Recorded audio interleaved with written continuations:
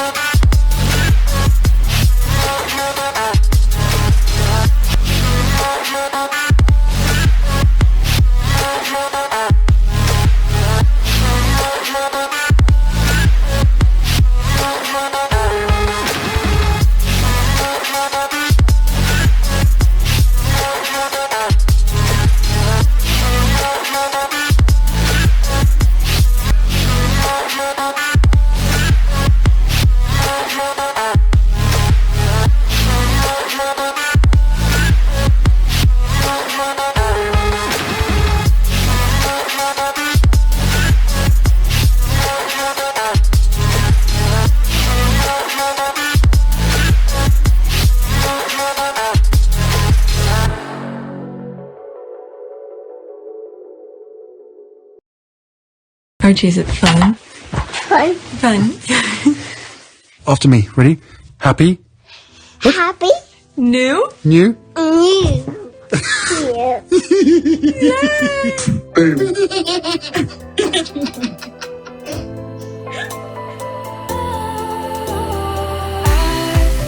Was wrong to say I wouldn't change a thing, 'cause in the story of our lives, the best of times through colored glass, time moves on enough to let me move on past, but every little now and then it creeps on back to shape my smile.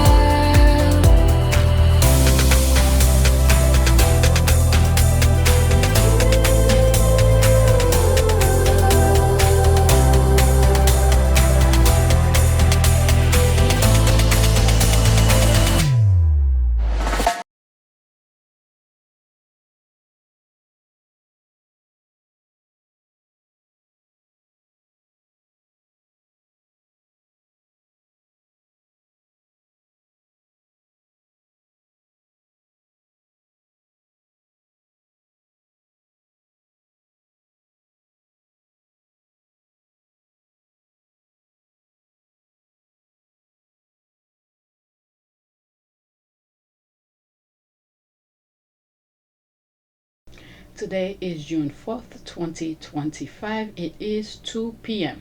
So I just came from the gym. I'm eating lunch right now. I took a picture of my salad. I'm eating salad with ground meat. The meat is all the way at the bottom. I don't have chicken. I wanted to eat some sort of a meat. It's all the way at the bottom. So while I'm eating, I'm gonna listen to the bonus episode of Confession of a Female Founder, and hopefully I have something to say. And I'll be muting and unmute the mic because I'll be eating. I don't want you guys hearing my voice chewing. So let's get started. So this is the bonus episode. So let's get started. As a small business owner, you don't have the... So right now there's a commercial. I probably will skip that, and when I'm editing, remove it and then put where the podcast starts. Okay, so I'm just saying, if you want to listen to it without me interrupting, go straight to wherever is being shown. all in one place. And she said, I know you know what you're doing. You're not in a room full of people that were advisors. They were like, I don't think that's a good idea. And she was like, my mom knows what she's doing. So she trusts me on things and I trust her. That's really important. I'm Meghan, and this is Confessions of a Female Founder, a show where I chat with female entrepreneurs and friends about the sleepless nights, the lessons learned, and the laser focus that got them to where they are today. There's something incredible about a young woman who is willing to roll the dice on herself, be an entrepreneur, and build. Let's say you're in your 20s and you start doing that. Let's say you're in your 30s. Let's say you do that in your 30s and 40s as a working mom and you're trying to figure it out. There is something where I just put my hands up and applaud all of you who are doing the thing. And then there is something that gets a standing ovation. And that is when you are in your 70s and you say, I'm still going to build and I'm still going to invent and I'm still going to create. That is next level entrepreneurship. And that is why I am thrilled to have this guest on today. She knows it better than anyone else. I am talking about Miss Tina Knowles. She's a fashion designer, beauty entrepreneur, cultural icon who has spent decades celebrating and elevating Black style alongside her daughters. From creating a one-of-a-kind hair salon in the 80s to designing looks for Destiny's Child, Miss Tina, she's always been a force in business. And now she's channeled that into Sacred, the science-backed hair care line that she launched with her daughter, Beyonce. We get along really well. And so if we have a disagreement, it's her business. So she gets to win because it's her business. Together, the two of them have built something incredibly special. And Sacred has already racked up 30 industry awards, all in just 1 year. Beyond her business success, though, Tina has written a new memoir called Matriarch, in which she shares the personal journey behind her family's legacy, her breast cancer experience last year, and building a life rooted in pride and purpose. She is proof that being a mama mogul is not just a title, it's a blueprint for building something that lasts across generations. Here she is. Hi. Oh, how are you? I'm good. How are you? Good. I'm so happy to be sitting down with you. Oh, you have I'm so happy much to be amazing sitting down stuff. with you. Thank you, of course. I'm so glad you reached out. And I love seeing Yvette there. I don't know if I wrote her a letter after I went to B's concert a couple of years ago. She said the kindest things. And I just wanted her to know how much it meant to me. And Tyler talks about you all. He loves you. Oh, Tyler Perry. him. He's a really good friend of mine. Yes. Well, he's a good friend to have. He's the most Great friend. extraordinary soundboard. And even, it's interesting for us to be sitting down talking about business because he is that person that when I have questions about business or just when you feel like you're off your path, like I need to check in with Tyler. Tyler Perry is here. I promised the citizens they'll get a few questions. The first one is a young man who just started his own film company. His name is Orlando. He's in Illinois. He's been holding for 45 minutes to ask you this question. All right, Orlando, you there? Oh! Yes. Orlando, I'm going to let you get one more real quick. Go ahead. Okay, and then my next question is, I want to pitch you my short narrative film that we had to do for my class in Full Sail University. My pitch got voted best pitch out. Best pitch, best short film narrative after class. So they want me to record it, and it'll be a 30-minute short film. But my pitch is real quick. I just wanted to have time to hear. You can't do your pitch on the radio. Let me tell you something about pitches. We have a way to set that up, and it's on the website at Tyler Perry Studios. You'll see how we audition, how we talk to people, how people get jobs. When we have jobs and opening, we post them there. But let me tell you something about a public pitch like this. To me, I've been sued several times by people who said, oh, he took my idea, he stole my idea. So I don't receive pitches. There's a process it has to go through. It has to be registered. It has to go through agents so that it can get directly to me, because I've never stolen anything from anybody in my life, especially somebody's idea. So when you're pitching like this, it has to be the right way. To anyone, not just me, to anyone, to protect you and to protect that person. Word. And I'm sure it's probably very, very good. And one day I'll get a chance to see it, but you've got to go through the proper channel. Go to his website, Orlando. You're a citizen, brother. You got it off, man. I'm proud of you, man. Good questions, too, all right? All right? Okay. Appreciate y'all, man. Thank you. All right. Don't stop, Orlando. Mike. Just when you feel like you're off your path, Like, I need to check in with Tyler. Yeah. He just finished the book and he wrote me. I mean, it's like poetry. It's so beautiful and uplifting. I'm like, oh God, that's just what I needed today because I'm so exhausted and kind of depleted, you know? So it just lifted me back up. That will fill your cup. Tyler Perry can do that. Exactly. It's amazing, though, that at 70 plus, because I've talked to entrepreneurs on this program who are in their 20s. Yeah. Oh, I know. Oh, I know. I mean, literally, I'm sitting here in my 40s. Well, you know, Beyonce and I are, I think, we're the same age. She's a couple of weeks. She's born in September, right? Yeah, Virgo September. season. Mm-hmm. Yeah, and I'm in August this year. So we'll both be 44 this year. Are you a Virgo too? I'm a Leo. H is a Virgo. You're a Leo. Okay. My mom's a Virgo. H is a Virgo. Really? I'm surrounded by Virgos. Oh, okay. Virgo season. Well, that's a good thing. You know, the other night I had a tour date in L.A., and Keke Palmer was the host for me. She was amazing. And then Jennifer Hudson came and sang a song. And I said, I got these two Virgos. I mean, I just attract Virgos. A lot of the kids that I've adopted, you know, they like my bonus kids, they're Virgos. So Okay, I have to pause this podcast because while I'm eating, I'm like multitasking right now. I'm eating and I'm listening to the podcast and I'm going on Twitter. And apparently Meghan posted a video about her delivery. So that's what I'm putting on the list for when I'm recording tonight. And the squad are just going off right now. Look at this TikTok video. Live at the pro-divorce committee after watching Harry and Meghan delivery room video. Oh my God. Okay, so let's listen to the podcast. You're going to see the background. I'm just going through Twitter. I'm sharing everything with you. But you will not hear me talking like I'm doing right now. Unless if I have something to say about the podcast. All right. So let's get back to the podcast. Confession of a Female Founder. All right. I think just that Virgo energy. Yeah, they're really amazing people. It is such a good sign. It is. But look at you right now. I can't even imagine. You have so many plates spinning. I do. Does it feel as though, even with the exhaustion, even with the swirl around all of it, does it feel like it's your time? Oh, absolutely. You know, even though I'm exhausted and I've been going from one place to the other because the tour is going on right now, Beyonce's tour, so I'm going back and forth because I'm working there. I just feel reinvigorated every day when I get to talk to people about the book and the things that have happened. And when someone texts me and they say, you know, I went and got my mammogram and I had been putting it off, or, you know, I decided that I was going to make my kids a priority. And some of the things that I put in the book, I mean, I just get all this energy and just feel all the, you know, like I did something that was a good thing. An act of service. Exactly. Just at first glance, you go, that's the most giftable book in the world. Because you have to put that in someone's hands. It needs to be in everyone's home. But I think the inside is really, obviously, the true gift, which is what your journey has been, obviously, as a working mom, but as a female entrepreneur, which is why I'm so happy we get to talk and have this bonus episode.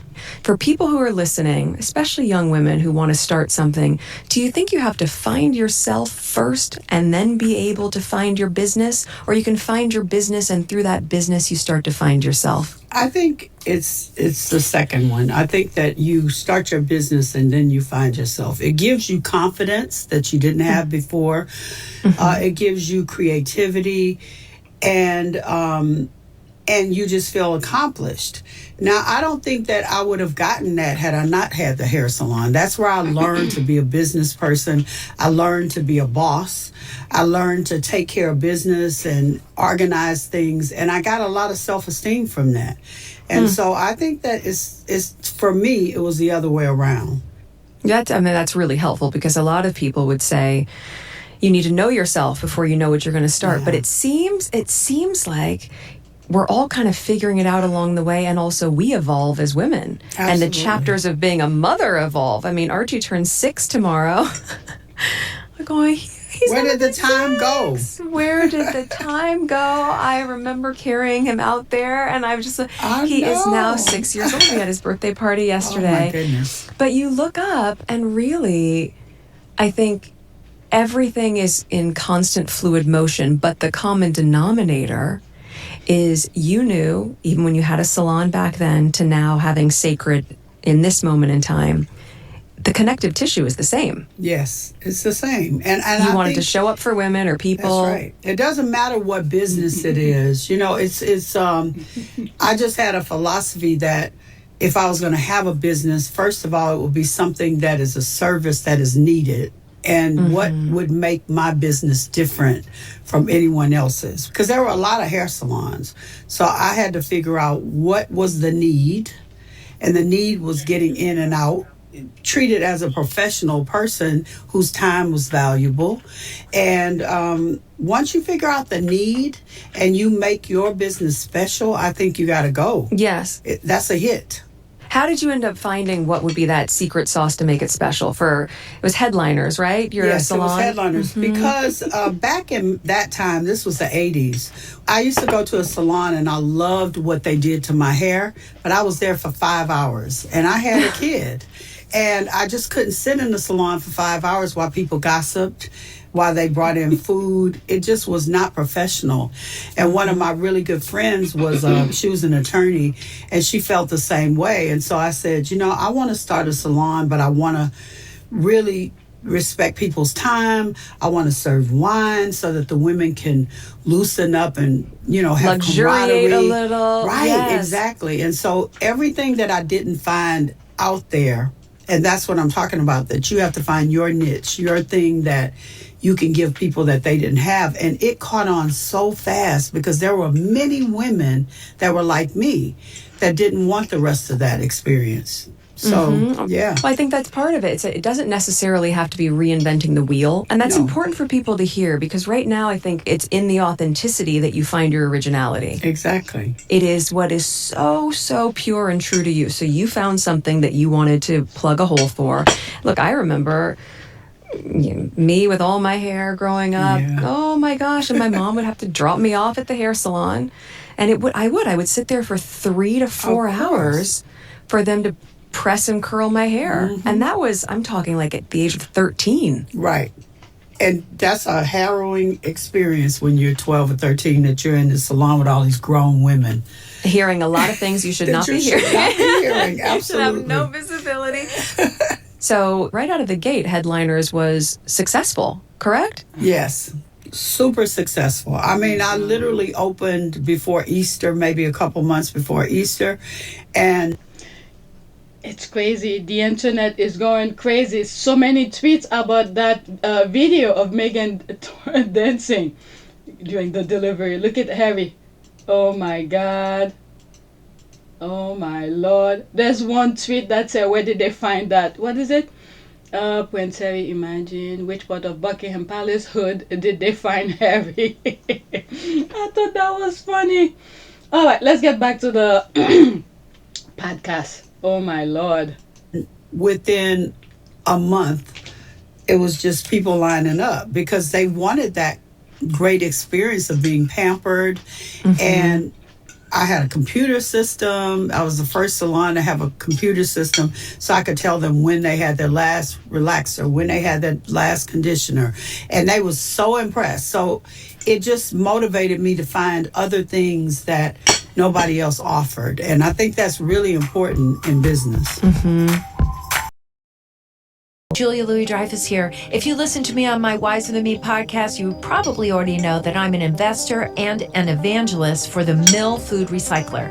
There are a lot of reasons to love Mill, but for me, it's all about the impact. Keeping food out of the garbage is one of the most powerful things we can do to help the planet every single day. We're talking banana peels, carrot tops, old takeout. When that stuff heads to the landfill, it becomes a huge driver of climate change. If you already compost, great. But of course, there's the smell, the flies, the running to the curb every day with a little leaking compost bag made of cornstarch. That's where Mill comes in. It makes keeping food out of the trash as easy as dropping it in. It can handle nearly anything, from a turkey carcass to like 20 avocado pits. It works automatically while you sleep. You can keep filling it for weeks and it never, ever smells. Mill makes dry, nutrient-rich grounds that you can use in your garden, add to your compost, feed to your chickens, or Mill can get them back to a small farm for you.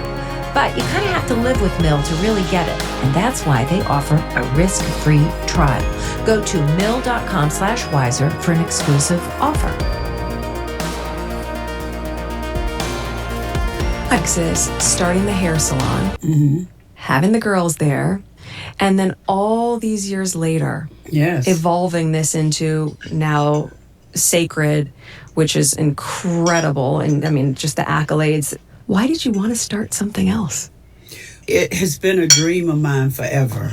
And Beyonce has been a big dream of hers. And so we talked about this for years and years and years. But she just really was not interested in pursuing a business, another business, because she, in her younger years, she completely focused on her singing and her skills and, you know, all of that. And so, you know, it took some convincing because I was like, listen, I will work on it and, you know, we'll work on it together. And so finally she said, okay, we could start on it because I didn't want to do it by myself. I just felt like at this point in my life, being 70 years old, I didn't want to work that hard for one.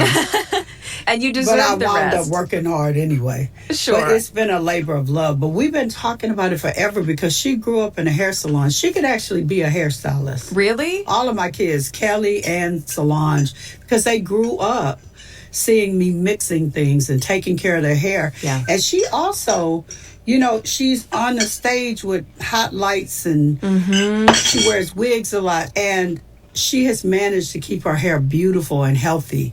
And that's not an easy task when you're in show business. That is a testament. I mean, even on Suits, I was on Suits for 7 years, and I remember so many other actresses, especially if you're in that grind. Yes. They said, you are going to fry your hair. And everyone was recommending that I should start wearing wigs. I never ended up doing it. Right. By the way, if I was in that industry longer, I understand why you need to protect your hair in that way. Yeah, because who wants to curl and spray and tease and, you know, do all those things to your hair every day?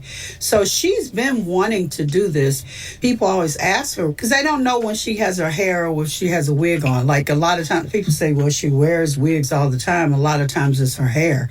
So she wanted to share that secret with other people that are going through, you know, similar things. And it doesn't have to be just that you're an entertainer. It could be just if you are on the news, or if you are a swimmer, or you're just a regular person that curls your hair every day. Yeah. Or even if you don't curl your hair every day, Right. just natural UV rays and sun damage. Our hair is like our skin. We are exposed to all sorts of things that need extra care. And I think that's what Sacred has started to really tap into, that it's not a unique position that you need to take. It's just holistic hair care. Exactly. You know, I have always been a mixologist. So I have products already. I would make them out of natural things and mix it with high-tech science. And then the things that I knew our hair needed are just damaged hair, because this is not a black product, it's for anyone. Yes. That curls and blow dries, and, you know, we manipulate our hair so much. And so I was mixing all these things together, but also with olive oil, you know, hot oil treatments and egg whites for protein and, you know, just balancing it and just studying the science of it. So we had a lot of setbacks because, you know, it takes a long time with products. You have to test them, and then you got to, a lot of times, just go all the way and start all over again. I know. Trust me. Do you know why I know? Because when you're talking about consumables, even jam. Yes, because you're doing food. Yes, you go, it has the same restriction, not the same, but very similar restrictions and nuance as when you're looking at FDA, as when you're looking at compliance for beauty, people that do skincare and sun creams and all of that. I think, we all have this level of constant stress testing the product, and you can say, I made this in my house, like with your egg whites and your olive oil, and I'm going, I just picked these strawberries and it's so great. Look, I just put a little bit of sugar and some Meyer lemon, and you try to scale that up. And you're wanting to manage expectations, but you want to share the thing you've worked so hard on.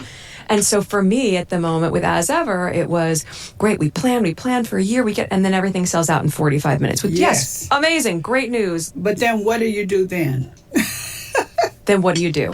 And then you say, okay, we planned as best as we could. Yes. Are we going to replenish and sell out again in an hour? Or is that annoying as a customer? Yeah. I'm looking at it is. saying, just pause. Yeah. That happened. Let's wait until we are Ready to completely go. stable and we have everything we need. I go through the same thing. Right? Where you're trying to just balance inventory, cost.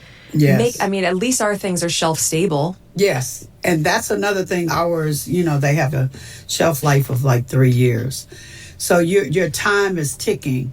And I know exactly everything you're saying is just a part of business that people don't see.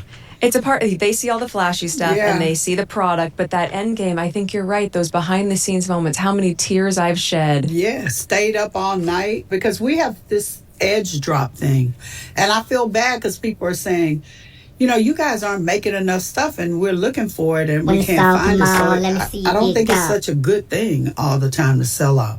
Yeah, I think that scarcity mentality at the beginning might be a hook for people, not dissimilar to a sneaker drop. Great. Yes, exactly. But when you're talking about products that you need to be consistent with are foods that you want to provide to your family. I don't want you to eat that jam once every 6 months. Right. I want that to be on your shelf Right. all the time. You want us to wash our hair with these products all the time. So trying to keep up with that demand, I think, is something that's really helpful for people to have that insight on no matter who you are, that part of the process as an entrepreneur is not easy, that numbers game. And, Yes. I know that in the pages of your new memoir, Matriarch, you delve into so many of these elements, growing a business, but also juggling that with the very personal element of your life as a wife, as a mother. So I'm curious, what is one of the key takeaways you want people to have from the stories in there? It took me till 71 to decide that I am truly enough by myself without a partner. Because, I grew up very Catholic, I stayed in a marriage for 31 years. Then I got married again. And the first part of it was wonderful. And then it wasn't so happy. And the old me before I came to this revelation, because there was no big drastic thing that happened, I would have stayed, but not been totally fulfilled. And so I finally know that whether I have a partner or not, I am a pretty... Perfect, whole, and complete. I am whole. And I just hate that I had to be, get to 70 before I realized that. I wish I would have done it way sooner in my life. But I didn't, so... But 70 years young, look at you. Well, and you. I think there's such a wisdom that comes with that kind of life experience. Yes, well, I've been through a lot. And I grew up very poor with a lot of challenges. And... I went to Catholic school and I was told that I didn't belong there because I found out later as a teenager that the reason why my father drove the nuns and my brothers cleaned the schoolyard and my mom did all the altar clothes and she was a seamstress. And I was like, why are we indentured servants? And what I found out later is that my mom was actually bartering services to send us to a Catholic school, which was a, really good school in terms of academics. But not all of the nuns, but a few of them felt like we didn't belong there. And they kept saying, well, you don't belong here and you should be so grateful. And I didn't understand why. Now, as an adult, I look back on that and I used to say, why didn't my parents tell us that so that we could have been prepared? But that early message of not belonging stayed with me somewhat. I felt like I always had to fight. I had to have my dukes up all the time and prove to people that I deserved to be anywhere to have a seat at the table. Exactly. Wow. It's very interesting. The nun, you would have thought they were somewhat not representative of God, but they serving the Lord, and they have that kind of mentality in them to tell her she doesn't belong. Wow. You would have thought they will welcome anybody. Well, not anybody, because if it's a school, they have to pay, but still, I guess the agreement they have with Tina's mom and parents working for them. But anyway, I just think that was strange. People who represent God to feel that certain people don't belong. Anyway, let's get back to it. Well, and that will carry through for your whole life if that's from the very beginning. It has carried through. And for my girls, that's why I fight so hard. Now, I tell them every day, you belong anywhere. I mean, since they were little girls, you belong anywhere you choose to be. And you have to fight to get a seat at the table. And so it's been very interesting. And I think that my fight in me to stand up to the nuns, because I was only like 5 years old, I became this warrior because my mother was very, very into the church and kind of brainwashed, and she just didn't protect me in that way. Oh, goodness. When I say that, I want you to understand that my mother was a great mom, but she respected so much the Catholic Church, and she was very, very involved in it. She went to Mass 7 days a week. And to her, being a good Christian person was being humble and not questioning. And so when I say that she didn't protect me, that's what I mean by that. Well, and that was her way of protecting It you. was. And from what she knew, that would be the best way to protect you. And I think that's generationally really different. Yes. You're in deference to things that you look up to, and that's what you stick all of your faith in. Without questioning, are you losing any of yourself in that? Exactly. My allergies are. Oh, no. Do you eat local honey? That can help. You know, I used to, and it really does work. I have to get back to that. That's you have to get back on that, because the other day, one of Archie's little friends at school, this little girl has such bad allergies. And I said, hold on a minute, we have bees. Let me give you a jar of our honey. Oh, you guys have bees too? We sure do. You know, Beyonce has bees too. She does? Yeah, she has a beehive. Oh my gosh, I didn't. Well, I know she has a beehive. I didn't know she had bees. No, real bees. The real ones. Yeah. I mean, we have. That's Yes, we have funny. like a little apiary down there, and 3 of them. And Archie has his little beekeeper suit. Oh, that with is the whole so hat cool. on and the gloves. It's great. But I will say, for allergies, helpful, because the local, if it's local honey. Yes. Get that, all the pollen, all the same things in your system, and then it desensitizes allergies. But I'm sorry. Oh, well, thank you. That's no fun. Of course. Sorry. No. Don't be silly. What fascinates me, too, about Sacred is that you're working directly with your daughter. You're working directly with Beyonce on this. And you've worked with the girls for years. But this is a different type of endeavor. Just curious. I mean, I wonder if one day I'll be in business with Lili and we'll be building something. Yeah, that's the best. What do you have? What advice do you have for people really digging into business together in that way, especially as mother and daughter? Wow, that's a good question for her, because Beyonce's mom already made it up there. She's already working with her daughters. And that's a good question for Meghan to ask Miss Tina. Wow. And she's looking forward to working with, if Lili wants. Okay, so let's continue. Oh my God, just keep on looking at the screen, because I'm going through Twitter and making a list for you guys. This is what I have so far when I'm recording tonight, or maybe later. It's already 2:30. So that's what I'm putting for you guys. But let's get back to this. There are difficulties sometimes, because when you're dealing with your child, or they're dealing with their mother, you have disagreements, and you have to. I'm the one to always cave. Like, I've been like that since I was young. If my kids are mad at me, I can't take it. So I will cave. I'll apologize. Not that they ran over me, because they were really good kids, but like, even as adults, if we have a disagreement or whatever, I'm the one to call, because I don't want to waste that time, and I don't ever want to not be close to my kids. Yes. It's just my priority. And it would be wasted time. It would be wasted time. And yes. So we have like disagreements about things, but it's her business. I'm helping with the business, because I just want to leave this earth knowing that, that she is, other than entertainment, is going to be okay. That's a big part of it for me.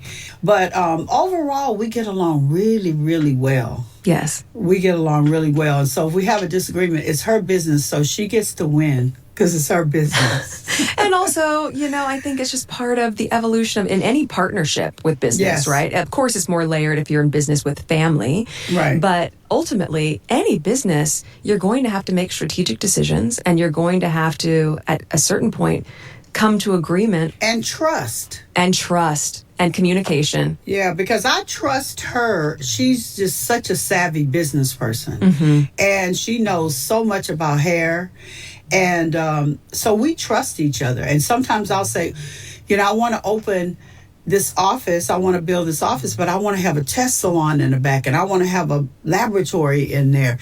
And everybody else was like, you can't do that in that amount of space. And I'm like, yeah, I'll figure it out. And she said, I know you know what you're doing. Yeah.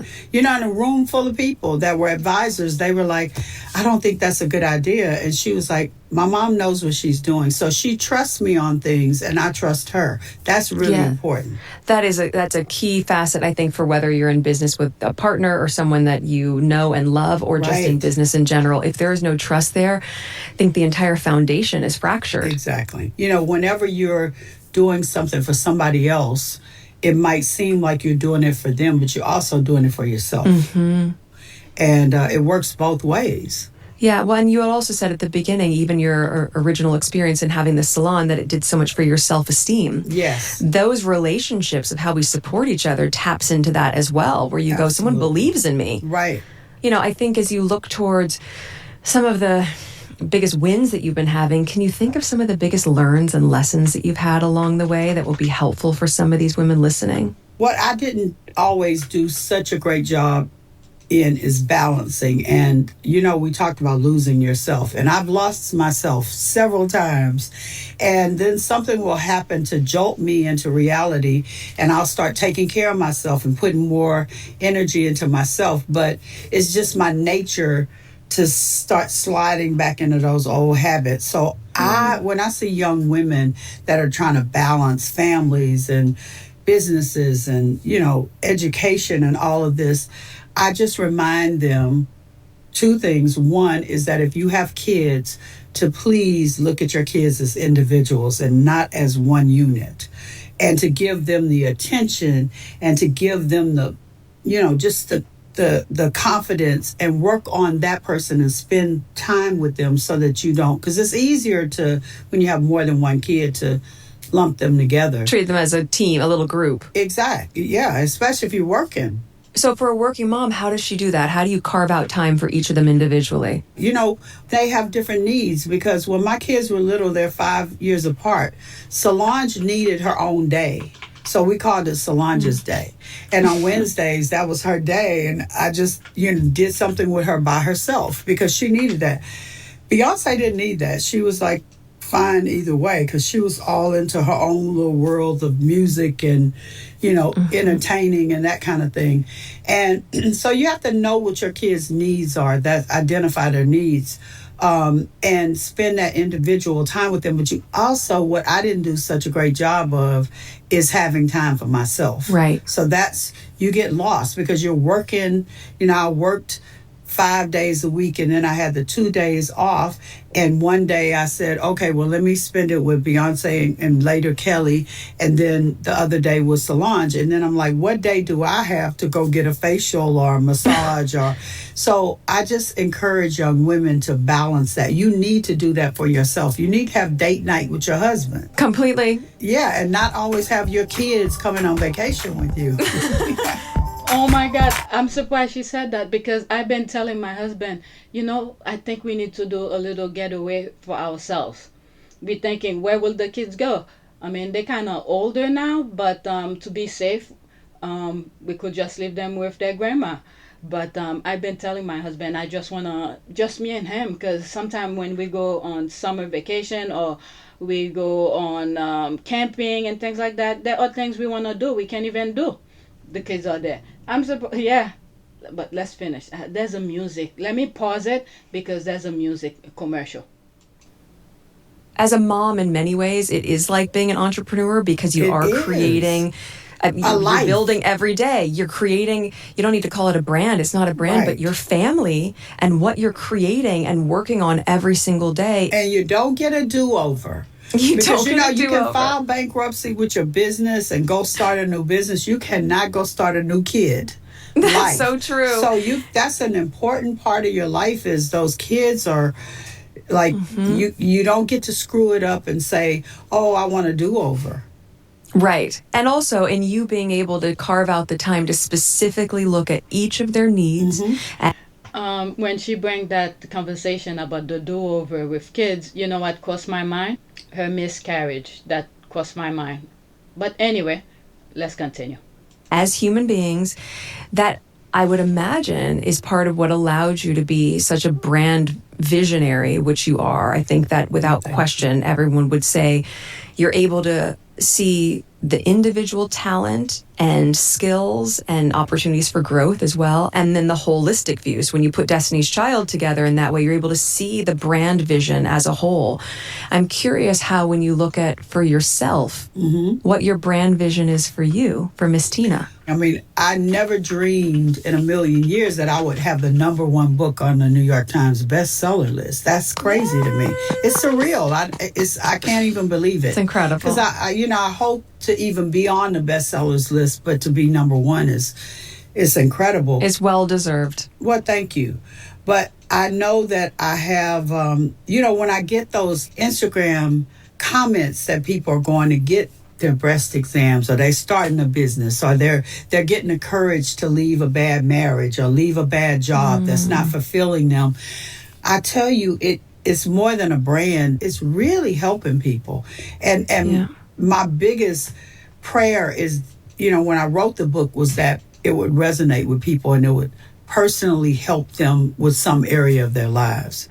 So if you started the salon to be the antidote for a place that was not nurturing and a space of gossip. Right. So you start that all those years back then. You continue with this support of your girls and being a working mom. And now you translate all of that knowledge into sacred and you put it in a book for people to read. But it's the same thing. You're the same person with the same set of values of how you want to show up for people. Yes.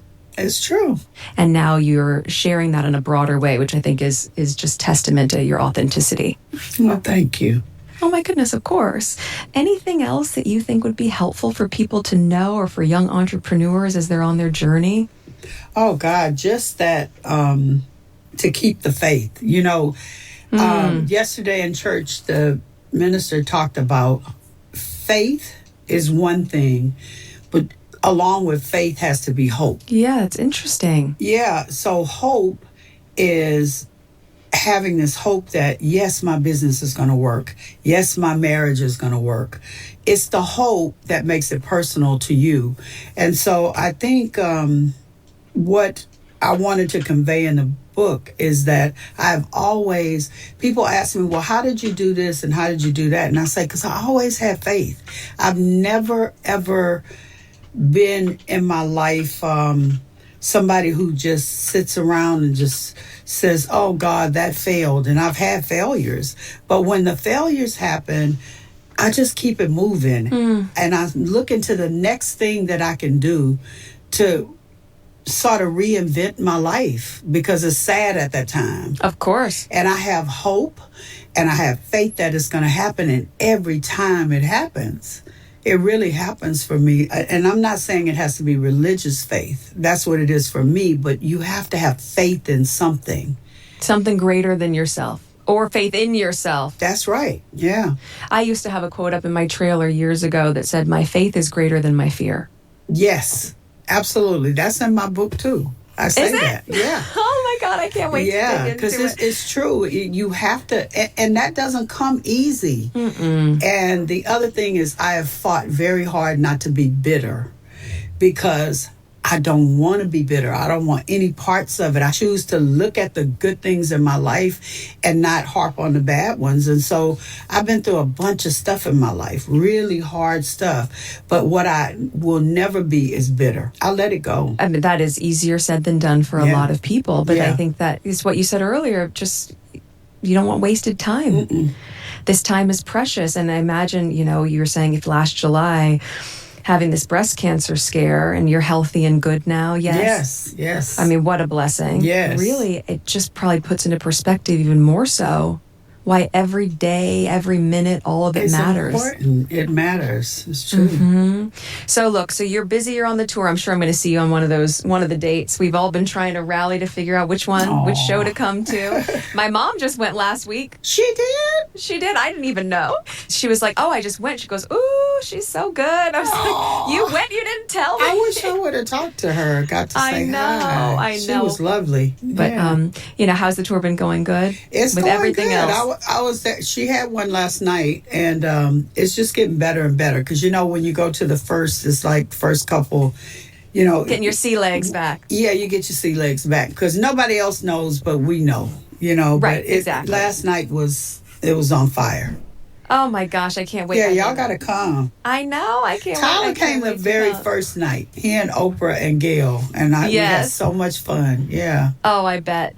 I can't imagine how you can juggle all of it, but my goodness, did your girls adopt your work ethic? That's a good thing. There's something to be said for that. Sometimes they work too much. But you're also going to instill in them the same thing you're saying right now, which is to take that time for yourself. To balance, yeah. Yes, and I think that's going to be one of the hardest lessons. Look, even for me, I hear you saying that, and I'm integrating that, going, just take a minute to breathe, enjoy it, go have a date night. We have a date night tonight. That's right. Oh, so good. Exactly. That's right. Look, I appreciate you. If there's any way I can uplift and continue to support you, tell me. I'm always here. Thank you so much. You are wonderful. And I enjoy this so much. Yes. Well, this should be the fun stuff. Okay. Celebrating you. All right. Take care. Thank you. Bye-bye. You too. Bye-bye. Okay.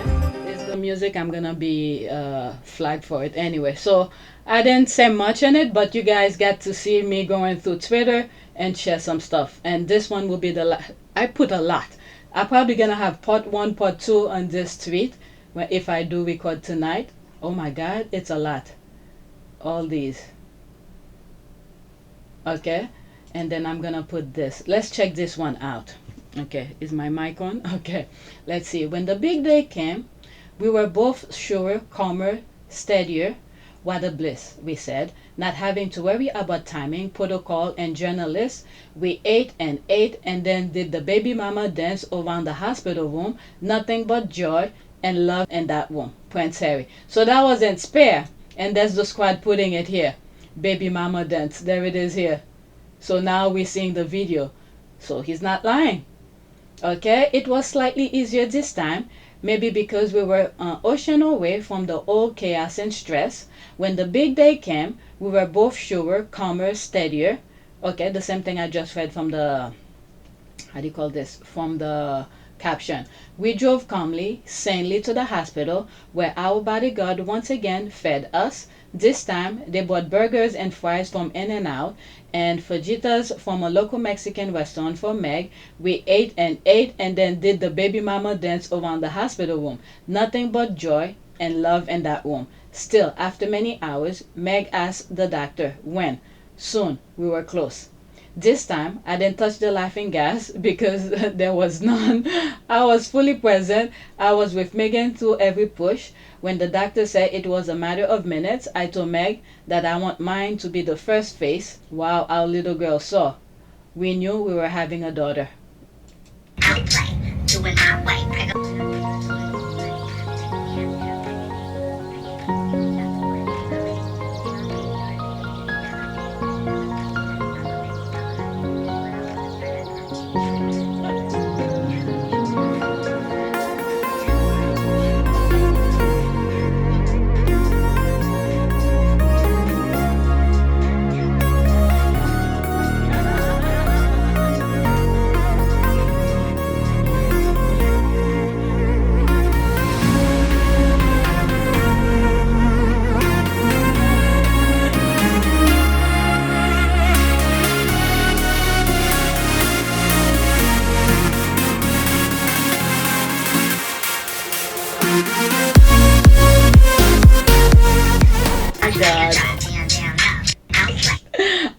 I'm gonna have to show screenshot. I can't play this fully because YouTube will block it. Oh my lord.